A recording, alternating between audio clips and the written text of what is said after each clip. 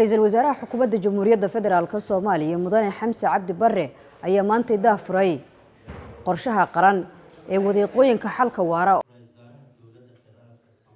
qorshahan maanta la daafuray ayaa micnihiisu yahay in 1 milyan oo qof oo Soomaaliya dib u deegaameyn loo sameeyo adeegyada ay u baahan yihiin in lagu gaarsiiyo halkaas isla markaana wax laga qabto caqabadihii keenay inay ka soo hayaamaan deegaanadoodii.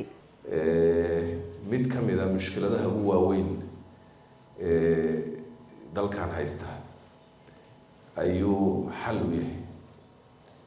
marka inaga mushkiladaha ugu waaweyn ay haystaay waxa waaye amniga, dhaqaalaha, mid weyn oo aad u dhib badan waa arrimaha bulshada iyo qaab nololeedka bulshadeena ayaa mid ka mid ah taas ay qayb weyn ka tahay.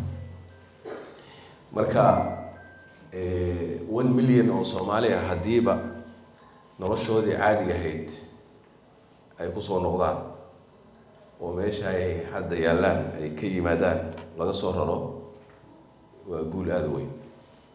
barnaamijkan oo ay soo qaban qaabisay wasaaradda qorsheynta ee xukuumadda federaalka Soomaaliya ayaa waxaa ka hadlay madasha lagu soo bandhigayay wasiirka qorsheynta, wasiirka waxbarashada oo dhammaantood si faahfaahsan uga hadlay ahmiyadda uu leeyahay ummadda Soomaaliyeed qorshahani.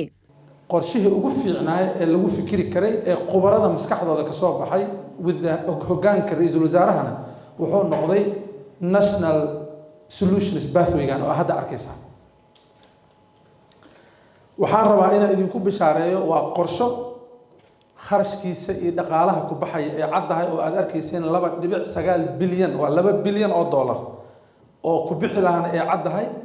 waxaa kalento oo aan idinku bishaareynayaa from Somaliland ilaa ay meesha ugu dambaysa Soomaaliya oo dhanna qayb ay ka wadiyihiin oo ay ugu dambaysay dagaankii dhibaatada badan ee ka dhacday ee Soomaaliyeed oo Sool iyo Sanaag iyo Cayn SSC taariikhda soo diiwaanay gaar ah waxaan waxaan ka shaqeynaa barnaamijyada inclusive education ama waxbarashada loo leeyahay taasoo macnaheedu uu yahay in dadka barakacayaasha ay helaan fursad waxbarasho oo la mid ah fursadaha dadka kale ay helaan.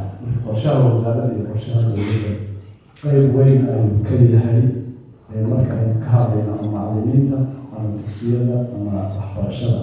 marka taana waynu sii joogtaynaynaa haddii ilaahay Ra'iisul Wasaare Xamse Cabdi Barre ayaa kula dardaarmay dhammaan dhinacyada ay qusayso qorshahan qaran inay si wada jir u fuliyaan maadaama uu yahay qorshe loo midaysan yahay oo looga shaqeeyo si qoto dheer. waa qorshihii oo dhammaystiran waxa dhimani waa fulintii. marka waxaan rajaynayaa in fulintana si weyn looga qayb qaato. waxaan xoojinayaa in maadaama qorshahan cad yahay lagana soo wada shaqeeyay sida la sheegayna Soomaali oo dhan ay u dhan tahay waa qorshe mudan in loo dhaga nuglaado donorskuna ay ku bixiyaan ay fangareeyaan dadka Soomaaliyeedna ka qayb qaataan.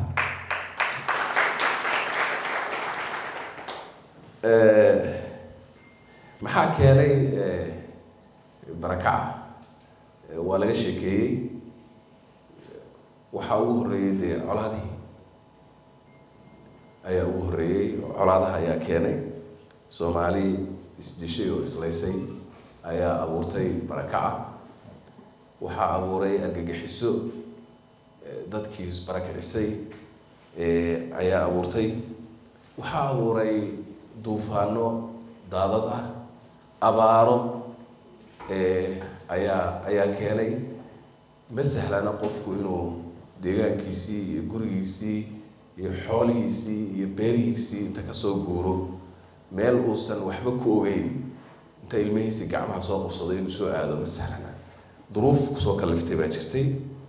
waxaa nasiib darro ah inay weli duruufahaasi ay sii jiraan oo sii socdaan taas oo sidii uu wasiir Faarax sheegay keentay inay barakacnimadii iyo displacementkii inuu sii socdo oo sii bato oo de hadda aan maraynaba waxa waaye aan ka hadlayno over 3.5 milyan Soomaali ah inay yihiin dad oo barakacyaal inay yihiin runtii waa arrin laga naxo waa arrin aan qurux badnayn